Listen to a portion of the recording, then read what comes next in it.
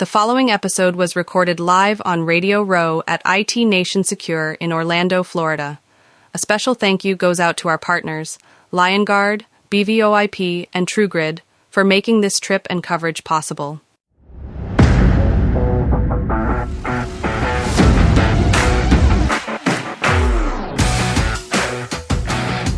Hello, friends. Uncle Marv back with another interview here at IT Nation Connect in Orlando, Florida. And I've got a gentleman here who drew the short straw from Cyrisma. I've got Liam Downward, Chief Product Officer, co-founder, and we're going to chat about cybersecurity here. So, Liam, welcome to the show. I appreciate it, Uncle Marv, but I got to say, how's the trip been so far? It's been good. So you probably don't know. So I drove up from Fort Lauderdale yesterday. Oh, wow. Nice drive. Okay. I'm okay with the heat because I live here. Yeah. But let me ask you, how are you doing? If I'm indoors, I'm good. Outdoors, I'm telling you, I'm melting. All right. But actually, I do like coming to Florida for business, especially with events like this, because I think it attracts a lot of good people to come because it's Florida, right? And everybody wants to get the sun, especially been cooped up all winter, spring long. And it's nice to start getting that little vitamin D. Yeah. But it's nice. But I will tell you, getting here was a long haul. I had to fly from Europe to get here because right now I'm doing stuff in Europe, and then flew here. It was like a 9-hour flight from Dublin to Orlando. Did you get to fly straight from Dublin to Orlando? I was doing good until about half an hour beforehand when my bum was getting numb, and I was walking up and down, but it was kind of, I want to land already. And he kept seeing the clock watching, and looking at it, half an hour later, and that was the longest 30 minutes of the whole ride, the whole flight. But yeah, those are fun. Yeah. I don't think I've ever flown for that long. I don't know that I could. If you prep yourself, and my key thing for me is I like to listen to audiobooks. Now, anytime of the rest of the year when I'm not flying, I don't listen to audiobooks. On the plane, it works out perfect. Close your eyes, put the headsets on, and then you're out. But just remember that sometimes when you get so engrossed in it, you do miss dinner and drinks because you don't pay attention to the students and the flight attendants going by. But yes, well worth it. So we need to get podcasts into your listening, on the planes and stuff. Yeah, absolutely. I've got some pretty good shows you can listen to. But. Point them in a direction. Yeah. Let me ask one other non-tech question here. Yeah. Because in the prep here, you mentioned football and then you corrected the American football versus soccer. Yeah. I'm from Fort Lauderdale, and the stadium that Messi plays in, it's literally blocks away from my house. Nice. He's taken over South Florida. Oh, yeah. And kind of given them a chance to win, but they're not winning yet or anything. Yeah. What are your thoughts about Messi and being in Florida? It's in Florida, right? I think that's the kind of everybody wants to go to is Florida or LA Galaxy is the other place, right? But I think from a Messi standpoint, yes, in his day, he was the GOAT, right? You have him and Cristiano Ronaldo, right? But I think with David Beckham and into Miami, it's all marketing. It's all about money. Of course it is. It's all about money. I think, to be honest with you, they've brought in some good players, but they've passed their prime, right? Busquets and all the rest of it to try and come in, Suarez, trying to win stuff. And I think they get overconfident.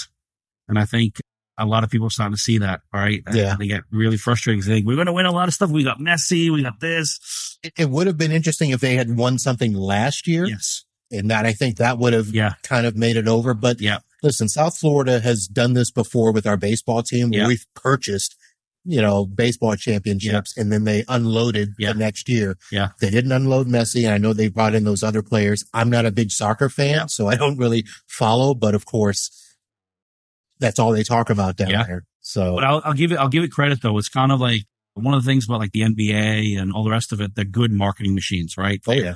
About generating revenue.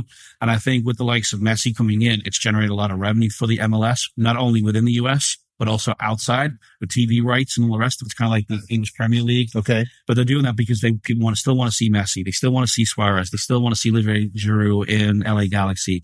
All these different players that are coming from Europe when they're prime, they were very well known and coming into the MLS. And then now you see the Cristiano Ronaldo going to the Saudi League, right? To try and bring that up. Because I think it helps that soccer is a worldwide sport. It's not just only in Europe, it's worldwide. And I think it's good for America. I think it's good because especially with the World Cup coming up, in literally less than a little over a year. And that's going to be shared between Canada, US, and Mexico. And I think right now is a good time to get a lot of people interested. All right. So very nice. Thank you for the quick soccer lesson. Oh, you're welcome. Which, I don't know if I like it or not. I'll be honest. Well, one of my good friends, he says to me, he goes, "It's not skill. You're just kicking the bag of air around the field." There is a little bit of skill. I will say that. I mean, listen, some of the way that those guys can kick and get into the goals and stuff, there's some skill, but it's really more a game of endurance. It is. I mean, all that running. Oh, big time. Especially now, one of the things I'll use this is, I think it's funny. You know, growing up in Europe, we were never big on American sports, right? Okay. Basketball, baseball, and American football. So, but when I emigrated to the US, I got an opportunity to watch college football. Okay. And I'll be honest with you, I actually prefer college football than the NFL. And I think it's because there's people driving to get to the NFL. And when they get to the NFL, it's all about money at that point, right? And it's like soccer, same thing. You see the lower leagues, there's a passion. But one thing I couldn't get over was, I'm there with my father-in-law, and we're getting up and we're following. At the time, I was living in Hawaii, watching the UH play, and this guy comes out of nowhere, gets on the field, does the little thing like this, and I'm like, "What's he doing?" "Oh, we're going to stop for commercials." That blew my mind. I was like thinking, it's like soccer; it's 90 minutes, right? You know, this goes no. So you take a 45-minute game and turn it into like 3 hours because of commercials, and they go, "Yeah." And I'm like, doesn't that really disrupt play? And I couldn't get over it. I still can't get over it, that a game stops for commercials. Driven by TV. And I'm like, wow, really? If that was in Europe, we'd have riots if they stopped an actual soccer game for TV commercials. Oh, yeah.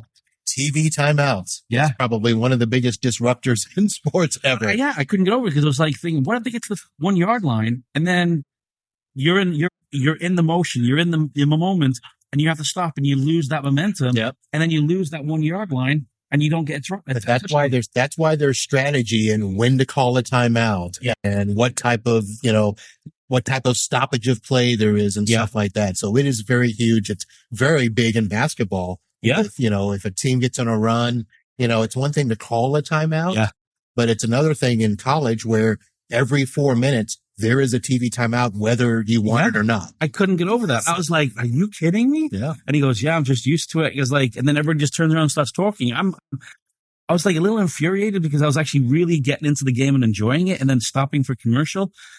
And then everybody just stops, either go to the bathroom or they go and get a beer or do something. But it was like, wow, I couldn't.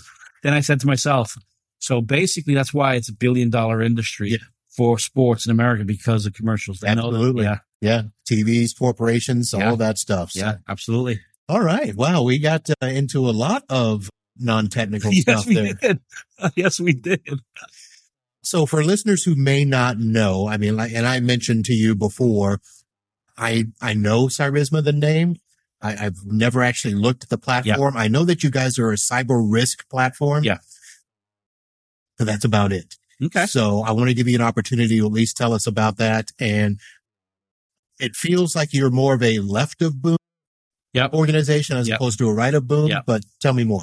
So it's kind of like, and I'll actually give a little bit of a history of Cyrisma itself, right? So for me, I've been in cybersecurity for 20 plus years, right? Myself. So around 2018, I was doing a lot of consultancy work, virtual CISO work, and I saw a issue, and it still is, the issue still exists today. And what that means is, what I mean by that is people can't afford cybersecurity. Its tools are getting more expensive, and all of a sudden, there's so many tools to choose from. What do I do, and how do I maintain or protect my cybersecurity environment? And I'll throw this in there, and a lot of them feel and look the same. You got it, right? And that's very true, right? So I sat down with a focus group and I said to them, okay, what would you do, or how would you approach a potential application that actually allowed you to have access to multiple different functions or features that you have in 20 other tools, but in one platform? They said, wow, if we had that, that'd be absolutely phenomenal. But that was enterprise focus. And so when we developed it, we developed in the mindset of with the ethos, right? And what the ethos was to provide cybersecurity, make it simple, affordable, and accessible. So basically, we don't have people turning their backs or doing the ostrich, head in the ground and ignoring, thinking it's not going to happen to them. Right. We wanted to give them the opportunity to buy product that will give them the ability to protect and be that proactive instead of reactive, right? That's why we want to be left of boom instead of right? We want to be that proactive. But the problem we had is that it's like people saw it and we focused on enterprise at the time. We got hit with COVID. So basically, we had to literally pivot very quickly, and that's why we started focusing on MSPs. Okay.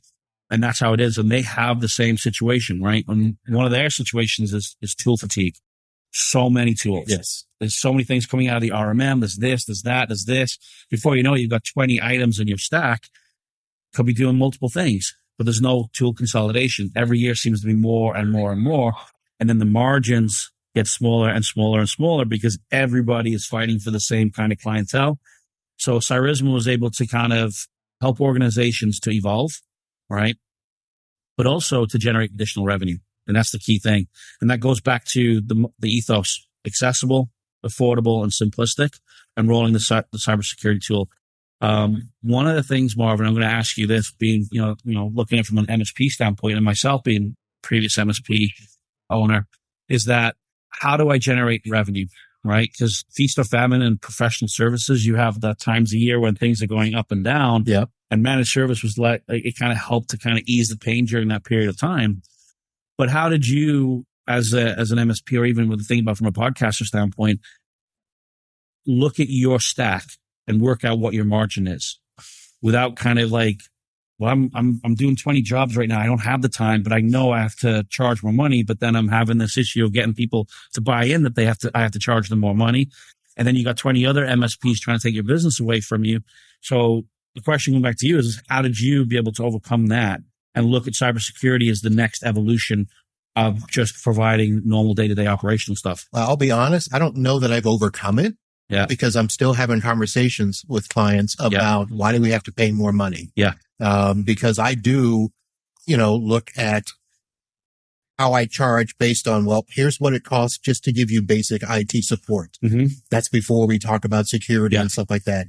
And then we talk about, well, if you want to do the security, here's the cost. And I try to package it and bundle it the best I can. And you're right. I live in an area where they are undercutting price as much as possible to get the business. And I tell my clients, I can't support you based on price. I have to support you based on what you need and what is going to work best for you. Yeah. So I'm not sure if I'm answering your question. No, you are, because it leads into the next thing, because with the whole concept of Cyrisma and tools like ours is that it's want to be able to say, okay, two things. I can either ask the customer for more money, right? Or I can look at consolidating tools into one single stack, right? Or one platform that allows me to increase my margin, but I actually start giving you Cyrisma without you having to pay for it, right? And that was the mindset of what we wanted to try and do. But we still have this kind of like balance where a lot of the people come around and say to us and says, well, I can't really utilize the Cyrisma tool until I actually hook a customer to pay for it. Because then you have that situation where they're not looking at their finances or how to generate revenue or look at their margin of stack and what they can consolidate and save. Because what we want to do is for you to save money and generate revenue, but also have an increase in margin without having to change costs. Okay. Right. And that's the key thing with Cyrisma we want to be able to do is to give you those three things: efficiency, productivity, and net new revenue. Revenue generation and generation of revenue can come in two ways: charge more, which is harder in this, especially in this economy as we currently are, or looking at your margin and increasing your margin, but still charging, and you're making more profit, right? So let me ask this, because when I was trying to do a quick check, I mean, you guys, obviously you do the vulnerability management stuff. You do the dark web monitoring. Yep. Tell me exactly, how does that work? I mean, am I literally removing other tools because I can do more in Cyrisma, or is Cyrisma giving me more insight into what my tools are doing so I can show my customers, hey, this is where we're protecting you? It's a combination of two things. Number one is it allows you to remove tools, right? And say, okay, I no longer need them.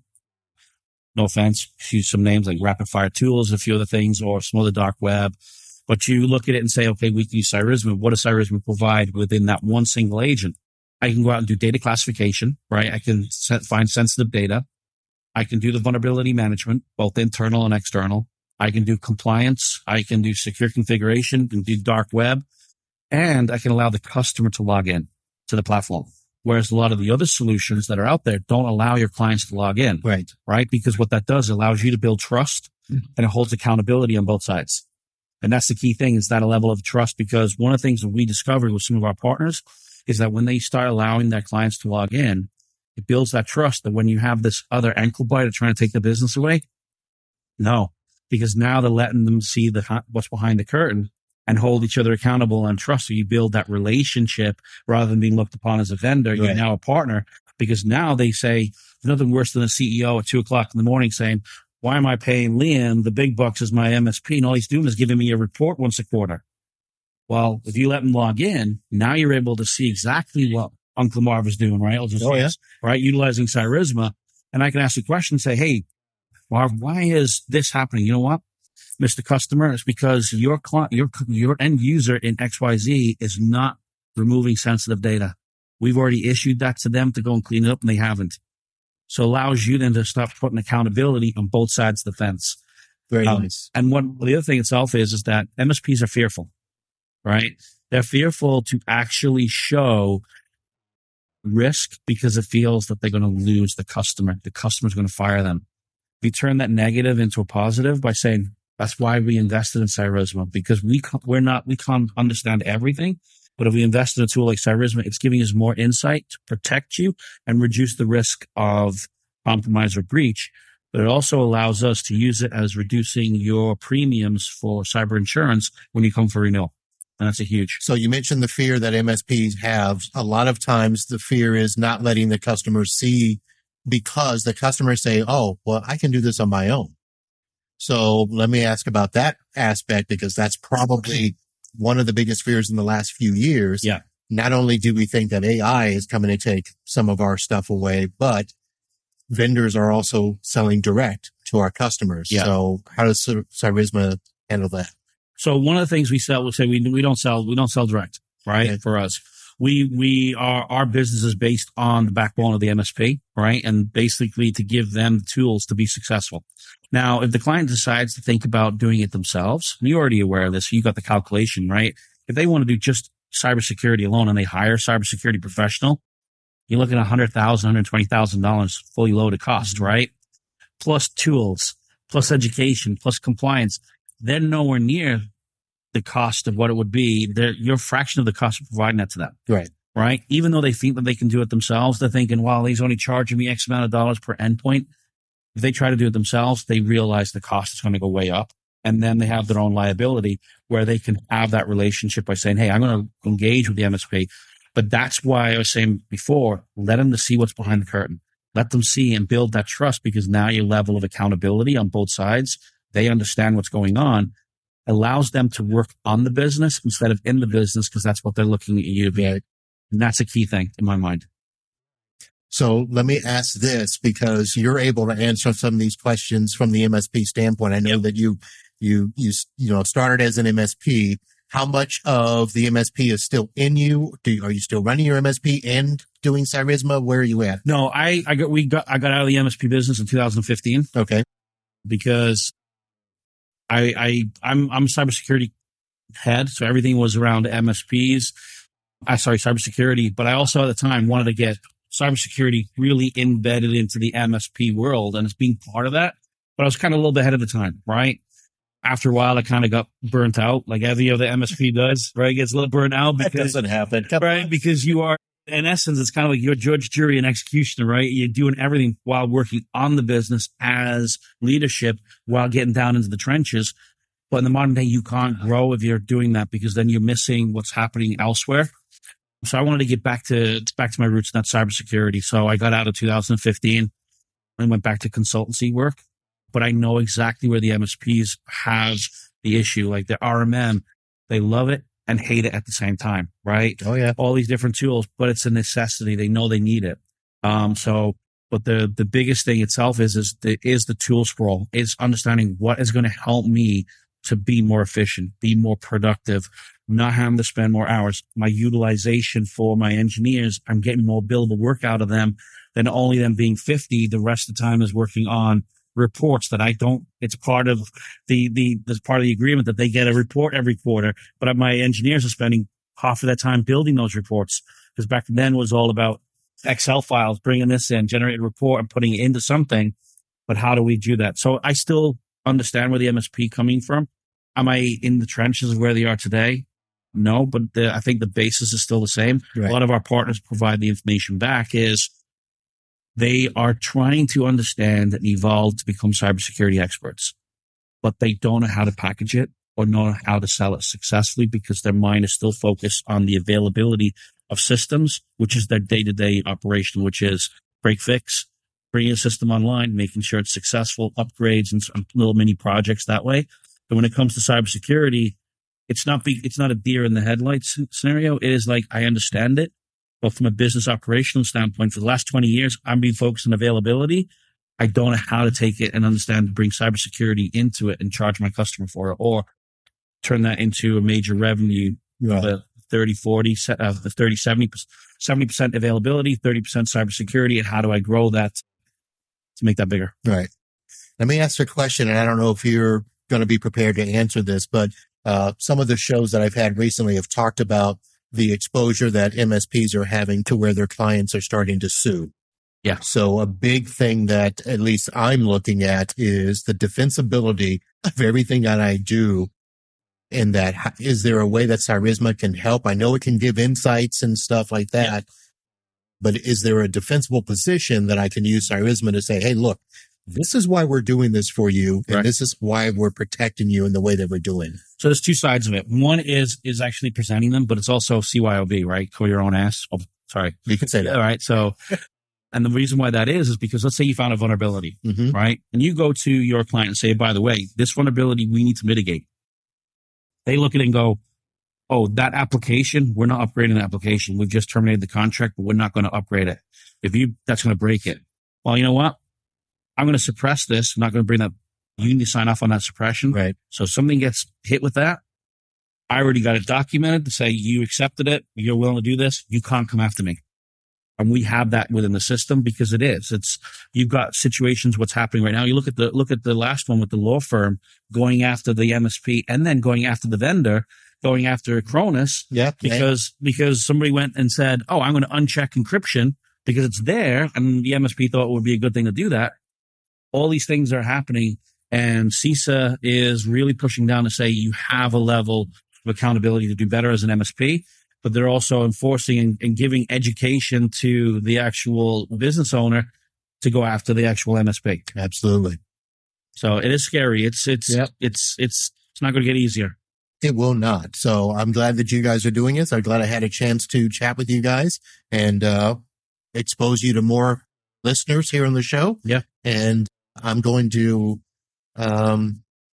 wish you good luck for the rest of the trip, because as long as you stay inside, you say you're fine, but outside it's going to be hot and humid.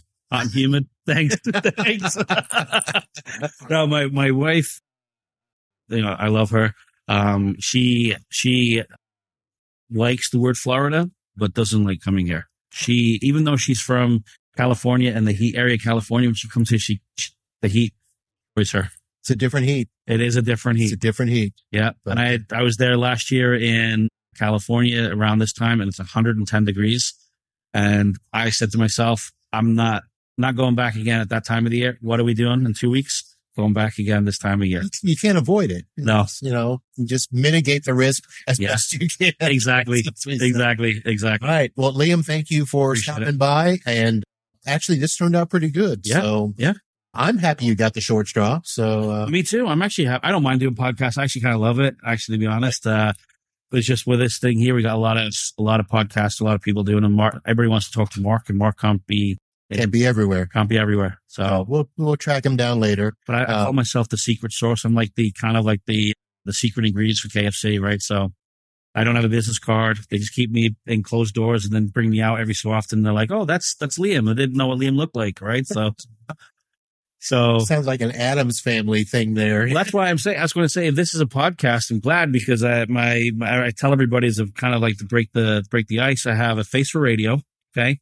And I only have a face that mothers can love. Right. That's what I kind of look for. So, all right. I'm going to let that go and not get in trouble for helping you with that. But thank you very much. Liam Downward with Cyrisma, Chief Product Officer, co-founder. Yeah. So they have to let you out. You're they do. Part of the reason that only once in a while, right? So, but yeah. Thank you much, sir. And thank you all for listening. And we'll be back with more from IT Nation Connect in Orlando, Florida.